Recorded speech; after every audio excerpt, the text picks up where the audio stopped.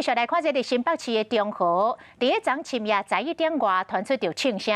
这警察要甲一台无开大灯的免治车甲砸落来，结果这个驾驶是加速度逃走，拄着红灯，佮冲撞着民众的车，参警察嘛差一点互弄着伤。就惊这个男子会牵连着无辜的民众来受伤，所以这警察就向车来开3枪，结果车顶一个人头壳着枪，警察赶紧甲送病院。原来这件人有这个强盗伤害甲毒品的前科，以妨害公务罪，甲车顶其他3个人移送法办。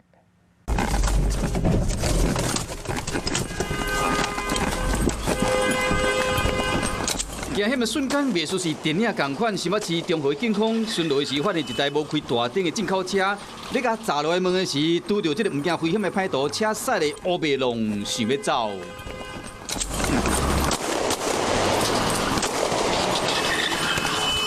这个歹徒佫想要弄远镜，惊讲去伤到无辜的人，警方呢赶紧向这台车连开3枪，因过这个驾驶悠然继续逃走，一直到驶入去巷仔底，万把拢落去了，车才停落来。我找吧！该车冲撞停等红车车阵车辆，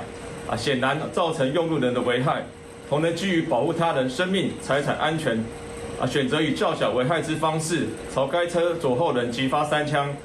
依照警方一个调查，发现车顶总共4个人，淹过一个后壁一个查甫人丢枪，赶紧将人送去病院。同时发现这件人驶被注销的进口车。挂伫网络买假车牌，抑佫有强盗、毒品伤害、伪造文书等等的前科。这个丢穿姓曾的查甫人，又佫是一个失踪的人口，所以讲将这3个人带转去问笔录、问刷，拢总移送地检署。